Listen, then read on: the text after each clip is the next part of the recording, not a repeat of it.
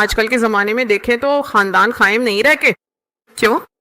کتنا بھی خرچ کر کے اس خاندان میں اگر آپس میں محبت نہ ہو تو جتنی دھوم دھام سے شادی کی جائے اتنی ہی جلدی طلاق ہو جاتی ہے.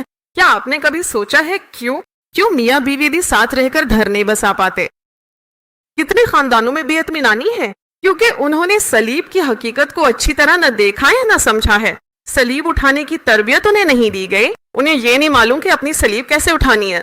یسوع مسیح نے لوکا کی انجیل باب 9 آیت 23 میں فرمایا، اگر کوئی میرے پیچھے آنا چاہے تو وہ اپنے آپ کو کیا کرنا چاہیے؟ اپنے آپ کا انکار کرے.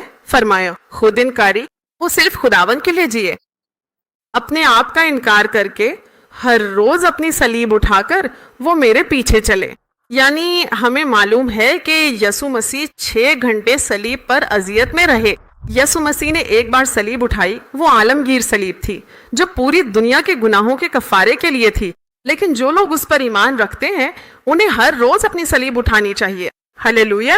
ہر روز صلیب اٹھانے کے لیے جو طاقت چاہیے وہ خود خداوند ہی عطا کرتا ہے.